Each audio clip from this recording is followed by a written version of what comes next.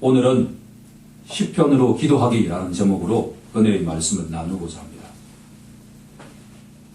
기도는 우리가 구할 때 하나님이 들으시고 하나님이 응답하실 때 우리가 듣는 행위입니다.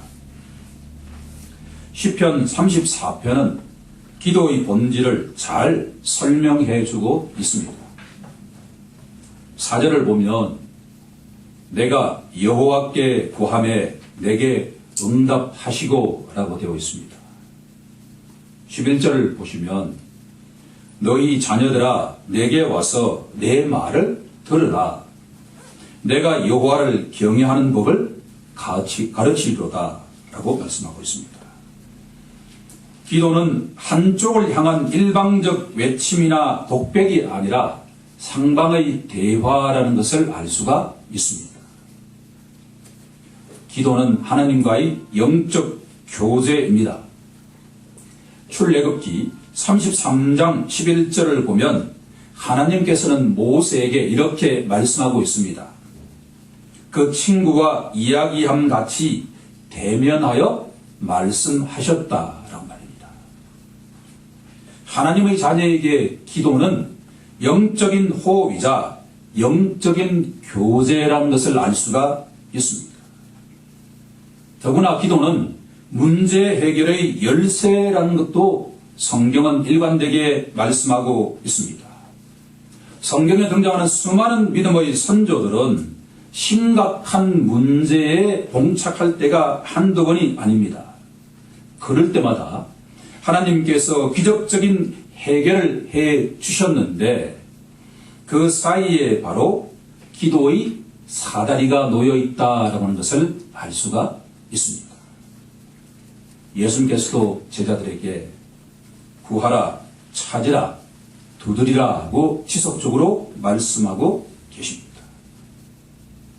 그러면 어떻게 하면 기도에 익숙하고 기도를 잘할 수 있을까라고 질문한다면 성경은 시편으로 기도하라고 답하고 있습니다.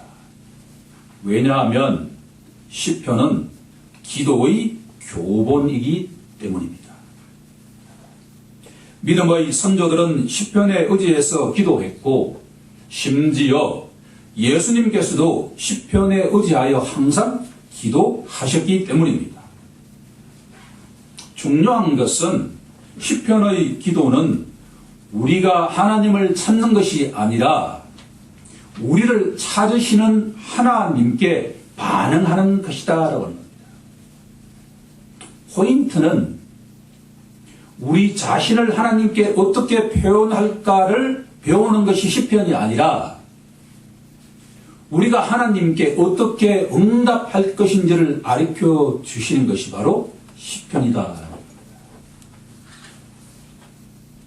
시편의 기도는 항상 이마누엘 하신 하나님께 어떻게 반응할 것인가를 알려주신 것이다. 오늘 본문에서도 이미 다윗이 광야에 있을 때 하나님께서 먼저 그 광야에 가 계신다라고 하는 것을 기억해야만 합니다. 기도학교에 오신 모든 분들을 환영합니다. 지금부터 다윗의 시편에서 기도하는 법을 학습해 보고자 합니다. 본문의 배경은 다윗이 유다 광야에 있을 때입니다. 표제에 다윗의 기도, 유다 광야에 있을 때라고 되어 있기 때문입니다. 다윗이 유다 광야에 있었던 것을 기억해 보면 장인 사울왕으로부터 쫓김을 받던 시절일 수도 있고 아들 압살롬의 반란으로부터 급히 도망가던 시간이었다고도 할 수가 있습니다. 우리는 그 배경을 정확하게 알지 못하지만 여기에는 세 가지의 공통점을 찾을 수가 있습니다. 우선 다윗은 아웃사이더의 신세가 되었다라고 하는 겁니다. 이것은 왕궁에 있던 인사이더 주류가 아니라 이제는 철저하게 비주류가 되었다라고 합니다. 두 번째는 다윗은 패배자의 신세가 되었다라고 하는 겁니다. 세 번째로 가장 중요한 것은 다윗은 지금 철저하게 외로운 자리에 놓여 있다라고 하는 겁니다. 고독한 자리에 놓여 있다라고 하는 것이 오늘 본문의 배경입니다. 시편 63편은 이런 고독한 자리에 놓인 다윗이 하나님께 기도하는 내용이다라고 하는 것입니다. 절체절명의 도망자가 된 다윗을 생각하면서 이 시편을 읽을 것을 권면하고 있다라고 하는 겁니다. 그 황량한 물도 하나도 없고 바람과 바다뿐인 그 광야에 다윗은 혼자가 아닙니다. 이미 누가 와 계신다라고 하는 겁니까? 성령께서 그곳에 다윗의 눈에는 보이지 않지만 이미 가 계신다라고 하는 것을 우리들은 기억해야만 할 것입니다. 우리가 다윗의 기도에 귀를 기울이면 그 속에 네 가지의 기도 내용이 들어있다는 것을 알 수가 있습니다. 1절에서 우리는 다윗의 갈망이 무엇인가를 분명하게 알 수가 있습니다. 첫 발로의 정답은 갈망입니다. 조금 전에 강조했던 것처럼 다윗은 지금 아웃사이더의 자리, 패배자의 자리, 고독한 자리에서 하나님을 찾으며 나의 하나님이라고 고백할 수 있습니다. 자신의 부모인 장인으로부터 버림을 받은 다윗, 아들로부터 버림을 받은 다윗, 자신의 가장 친한 친구 아히도벨로부터 버림을 받은 다윗이지만 언약의 신실하신 하나님은 결코 자신을 버리시지 않으실 것을 굳게 믿고 오 하나님, 나의 하나님이라고 고백하고 있습니다. 1절 하반절을 보면 내 영혼이 주를 갈망하며 내 육체가 주를 앙모하나이다 라고 고백하고 있습니다. 한글 번역이 참 맛깔스럽다라고 하는 것을 알 수가 있습니다. 내가 주님을 앙모하나이다. NIV 영어 성경을 보면서 많은 유익을 얻었습니다. 영어 성경을 그대로 직역해보면 오 하나님, 주님은 나의 하나님이십니다. 간절하게 제가 주님을 찾고 있습니다. 제 영혼이 주님을 갈망하고 있고 제 육체가 주님을 앙모하고 있습니다. 제가 지금 처한 곳은 메마르고 황폐한 곳입니다. 이곳에는 마실 물이 전혀 없습니다 라고 번역하고 있습니다. 여기서 우리가 주목할 것은 1절의 핵심 내용은 지금 광야에서 먹을 물도 먹을 음식도 없는 상태입니다 라고 이야기하고 있습니다. 그런데 다윗은 우선순위가 분명하다라고 하는 것을 알 수가 있습니다. 내 육체가 주님을 앙모합니다라고 고백하기 이전에 내 영혼이 주님을 갈망하고 있다라고 고백하고 있다라고 하는 겁니다. 인간은 절대로 빵으로만 사는 존재가 아닙니다. 인간에게 가장 중요한 것은 육체보다도 영혼의 상태입니다. 절체절명의 상황 속에서도 다윗은 자기의 영혼을 우선순위에 두고 있다라고 하는 겁니다. 내 영혼이 주님을 갈망하고 있습니다. 내 육체가 주님을 앙모하고 있습니다라고 하는 고백 속에서 다윗의 분명한 영혼에 대한 우선순위를 두고 있다라고 하는 것을 알 수가 있습니다. 다윗이 왜 하나님 마음에 합한 존재인지를 우리들은 알 수가 있습니다. 2절부터 장면이 완전하게 바뀌고 있다라고 하는 것을 알 수가 있습니다. 다윗은 지난날의 영적 체험을 고백하고 있습니다. 두 번째 갈로의 정답은 체험입니다. 다윗은 성소에서 예배를 드릴 때 눈에 보이지 않는 하나님을 보고 만났다라고 하는 것을 알 수가 있습니다. 영어 성경에 보면 현재 완료 시제가 되어 있습니다. 광야에 오기 전까지 다윗은 날마다 매 시간마다 성소에 가서 눈에 보이지 않는 하나님과 교제를 나누었다라고 고백하고 있습니다. 성소에 성막에 들어갈 때 가장 먼저 만나는 곳이 번제단입니다. 그것은 짐승피가 튀어나오는 아주 살벌한 현장입니다. 다윗은 번제단을 통과할 때마다 자신의 죄로 인해서 하나님께서 직접 준비하신 희생 제물에서 하나님의 희생과 놀라우신 사랑을 느꼈던 것이 분명합니다. 다윗은 이렇게 외칩니다. 보라! 성막에 가득한 주님의 권능과 주님의 영광을. 다윗은 성막에서 예배를 드릴 때마다 그 거룩하신 주님의 모습, 그분의 권능, 그분의 영광을 믿음의 눈으로 경험했다라고 하는 것을 알 수가 있습니다. 3절은 찬송가로 유명한 구절입니다. 주의 인자하심이 생명보다 나음으로 내 입술이 주를 찬송할 것이라. 아멘. 주의 인자하심은 히브리어로 헤세드인데 이 단어는 언약적 사랑 혹은 변함없는 사랑을 말합니다.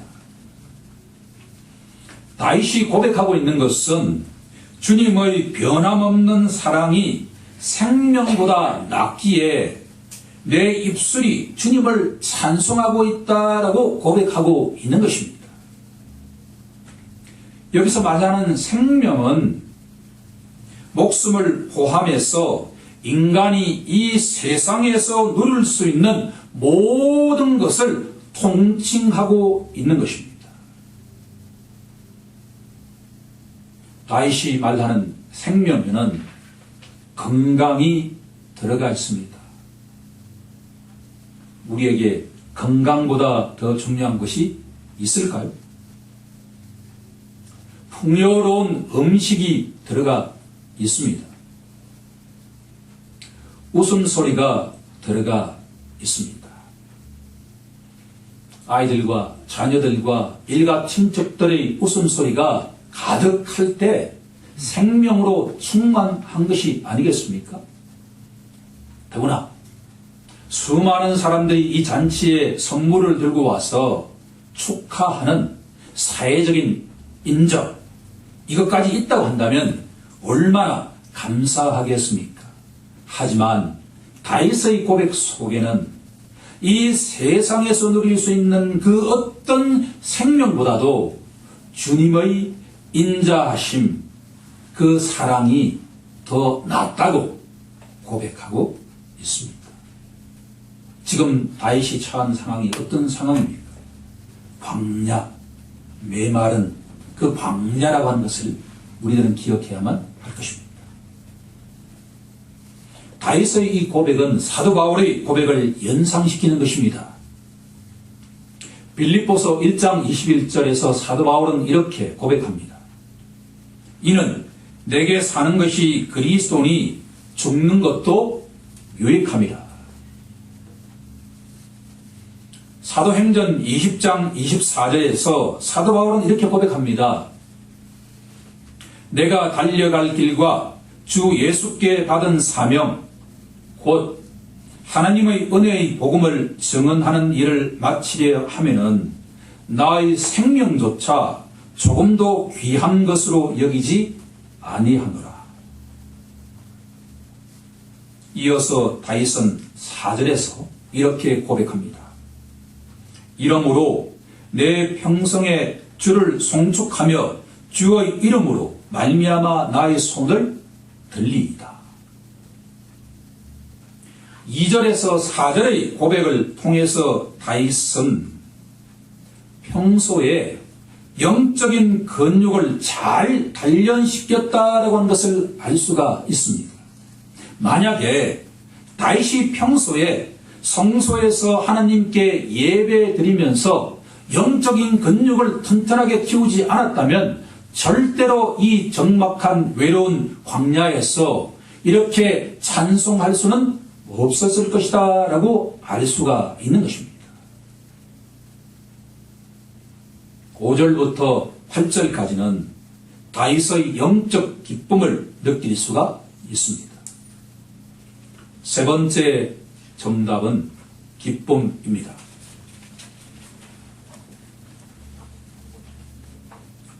5절과 8절에서 다윗은 자기 영혼의 상태를 알리는 것에서 시작하고 끝을 맺고 있습니다.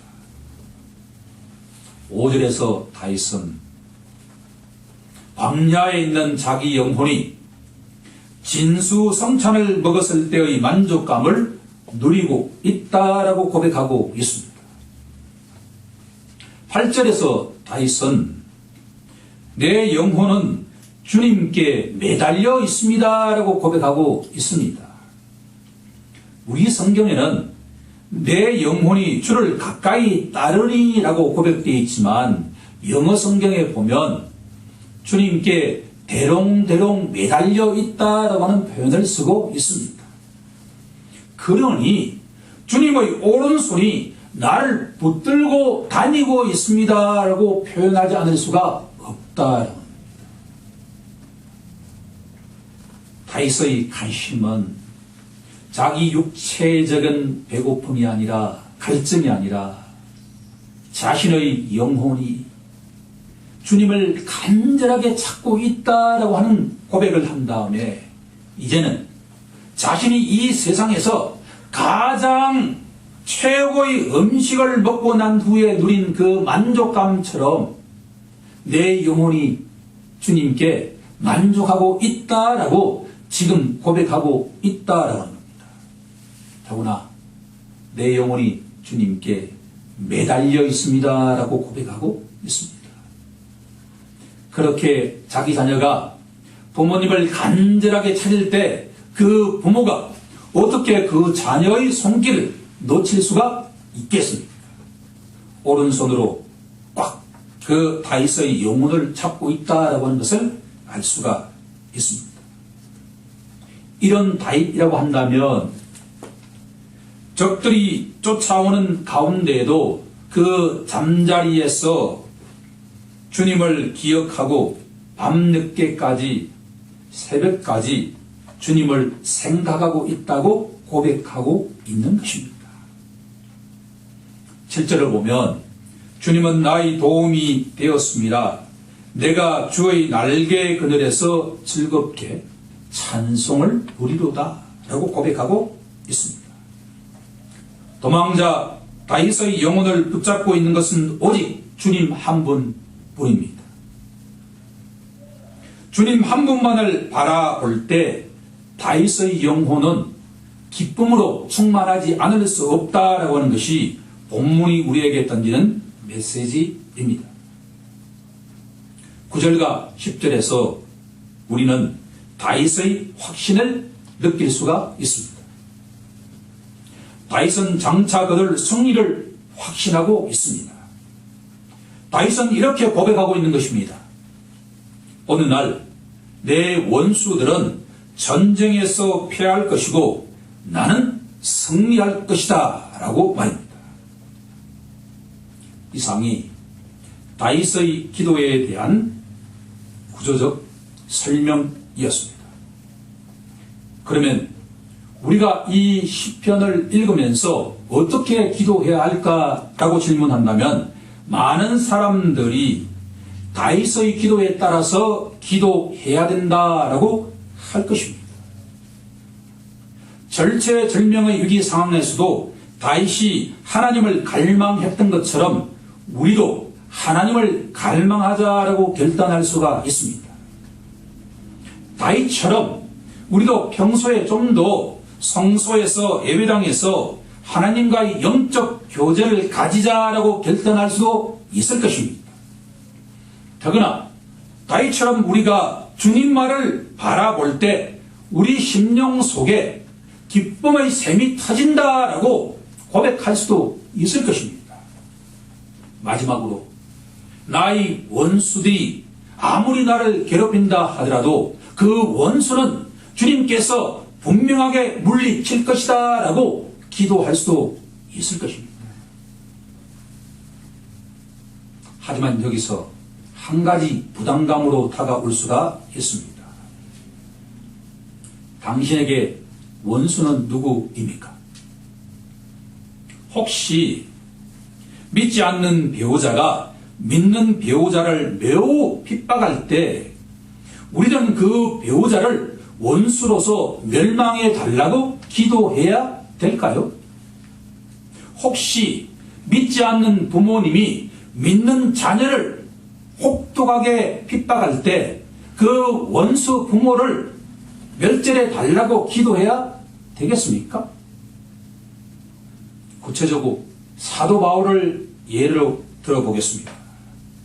예수 믿는 도당을 없애기 위해서 혈안이 되어 있는 사도 바울을 경험한 기독교 신자들은 사도 바울을 멸망해 달라고 다윗처럼 기도하는 것이 하나님 마음에 합한 기도일까라는 질문입니다. 그렇지 않습니다. 사울은 곧 바울은 이방인에게 복음을 전하기 위해서 창세전에 하나님께서 택하신 그릇입니다. 우리의 부모님이, 우리의 배우자가 나에게 혹독하게 신을 둔다고 해서 이 다윗처럼 그 원수가 멸망될 것이라고 기도한다면 우리들은 결코 마음이 편안하지 않다라고 하는 겁니다. 시편을 우리에게 주신 목적은 다윗처럼 우리도 그렇게 기도하면 할수록 이 시편은 우리에게 부담감으로 다가오기 시작한다라고 하는 겁니다. 만사가 형통할 때에는 이 시편대로 기도하는 것이 가능할 수 있지만 우리의 형편이 앞을 내다볼 수 없을 정도로 캄캄한 시간이 되면 이 시편대로 기도하는 것은 중압감으로 다가오기 시작할 수가 있습니다. 결국 중요한 것은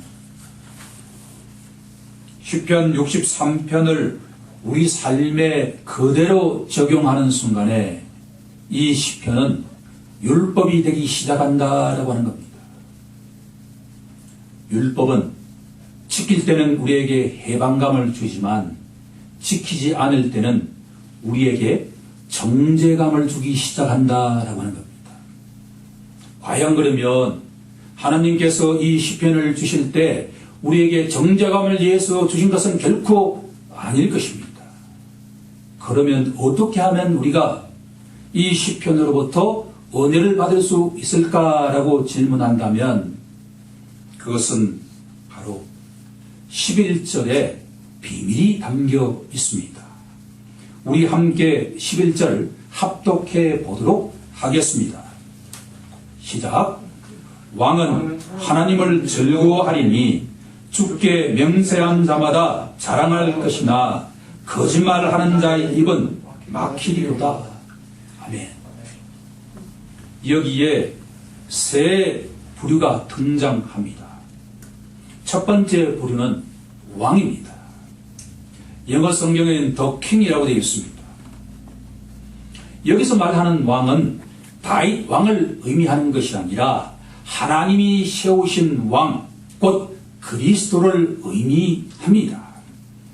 예수 그리스도는 살아계신 하나님을 항상 즐거워하시는 분이다라고 하는 겁니다. 그러면 이 왕에 대해서 전적으로 그 왕께 경배 찬송하는 부류가 한 부류가 있다고 한다면 그 왕을 절대로 인정하지 않는 부류가 있다라고 하는 겁니다. 본문에서는 주께 맹세한 자는 바로 이 왕의 백성이라고 한다면 거짓말하는 자, 하나님께서 임명하신 유일한 중보자 예수 그리스도를 부정하는 거짓말하는 사람들이 있다라고 하는 겁니다. 만왕의 왕 만주의 주이신 예수님을 찬양하는 자가 한 그룹이라고 한다면 그 예수 그리스도를 부정하는 한 그룹이 있다라고 하는 겁니다. 이 시편이 우리에게 던지는 메시지는 선택하라라고 하는 겁니다. 당신은 하나님께서 택하신 그 왕의 백성이 될 것인가? 아니면 그리스도를 인정하지 않는 세상 사람이 될 것인가? 라고 하는 것을 선택하라라고 하는 겁니다. 당연히 우리는 예수님을 오실 왕, 곧 하나님의 그리스도라고 인정하는 자가 되어야 할 줄로 믿습니다. 다윗은 바로 그 왕을 인정하는 사람입니다. 그러면 지금까지 우리가 공부한 다윗의 갈망, 다윗의 영적 체험, 다윗의 기쁨, 다윗의 확신은 보다 큰 갈망과 체험과 기쁨과 확신을 예표하고 있다라고 하는 겁니다. 하나님이 우리에게 요청하시는 것은 이 시편을 그리스도 안에서 읽고 기도하라라고 하는 것이 메시지인 줄로 믿습니다. 그러면 지금부터 이 시편을 예수 그리스도 안에서 그리스도의 영으로 읽어보기 시작하겠습니다. 오 하나님, 주님은 나의 하나님입니다. 내가 간절히 주를 찾고 있습니다. 내 영혼이 주님을 갈망하며 내 육체가 주님을 앙모하고 있나이다 라고 하는 이 고백은 성령 침례를 받으시고 난 뒤에 광야의 시험을 받기 위해서 광야로 향하신 예수님의 고백으로 읽을 수가 있다라고 하는 겁니다. 더구나 성육신 하신 예수님께 이 세상은 광야와 같은 곳이다라고 하는 겁니다. 2절부터 이 말씀은 예수님께서 성부 하나님과 천상에서 날마다 교제하신 것을 기억하고 계신다라고 하는 것을 알 수가 있습니다. 2절 끝부분에 보시면 내가 성소에서 주를 바라보았나이다 라고 하는 이 고백은 바로 예수 그리스도가 성전 아닙니까? 예수 그리스도 안에서 성취되었다라고 하는 것으로 읽을 수가 있다라고 하는 겁니다. 다윗이 성소에서 바라보았던 그 거룩함과 그 권능과 그 영광과 인자하심은 바로 예수 그리스도 안에서 성취되었다라고 하는 것으로 우리가 읽을 수가 있다라고 하는 겁니다. 5절부터 8절까지 나와 있는 그 기쁨도 예수 그리스도의 기쁨으로 우리가 읽어낼 수가 있습니다.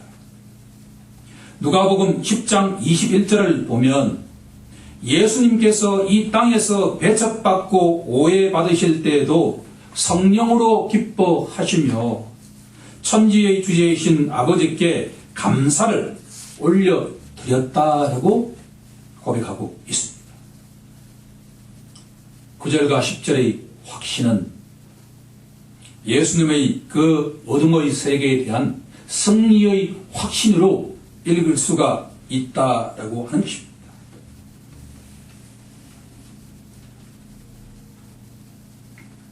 이 시편을 읽는 신자에게 주어진 선택은 두 가지입니다. 하나는 하나님께서 임명하신 만왕의 왕 만주의 주이신 예수 그리스도를 따르는 자가 될 것인가, 그렇지 않으면 그 왕을 배척하는 자가 될 것인가 라고 말입니다. 기독교 신자는 철저하게 예수 그리스도를 인정하고 따르는 자가 되어야 할 것입니다. 그러면 왕의 백성의 기도는 다음과 같은 것이 되지 않겠습니까? 첫째로 그리스도께서 우리를 아버지 하나님을 갈망하도록 인도하신다는 것을 믿고 나아가는 자가 되어야 할 것입니다. 두 번째로 그리스도께서 우리를 성부 하나님의 권능과 영광과 인자하심을 체험할 수 있도록 인도하신다는 것을 믿고 고백하는 자가 되어야 할 것입니다. 세 번째로 그리스도께서 우리를 성부 하나님을 기뻐하도록 인도하신다는 것을 믿고 고백하는 자가 되어야 할 것입니다. 마지막으로 그리스도께서 우리를 최종 승리의 자리로 인도하실 것을 믿고 고백하는 자가 되길 소망한다는 것입니다. 이제 결론을 맺고자 합니다. 성령께서 이 시편 63편을 우리에게 선물로 주신 것은 다윗이 기도한 것처럼 기도하는 것이 아닙니다.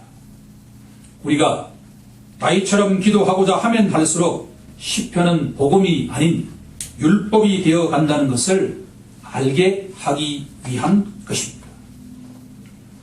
율법의 행위로는 하나님 앞에 의롭다고 인정받지 못한다는 것을 우리는 익히 잘 알고 있습니다.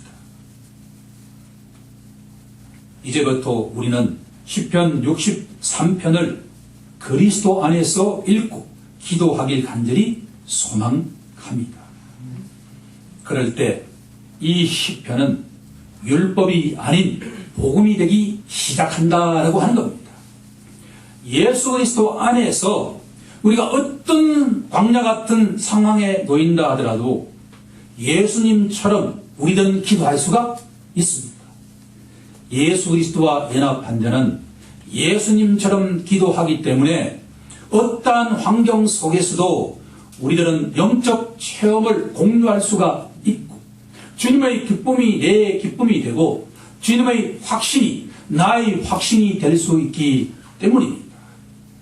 우리 모두 그리스도 안에서 시편을 읽고 기도함으로써 다윗처럼 풍성한 열매를 맺길 우리 주 예수 그리스도 이름으로 축원하옵나이다.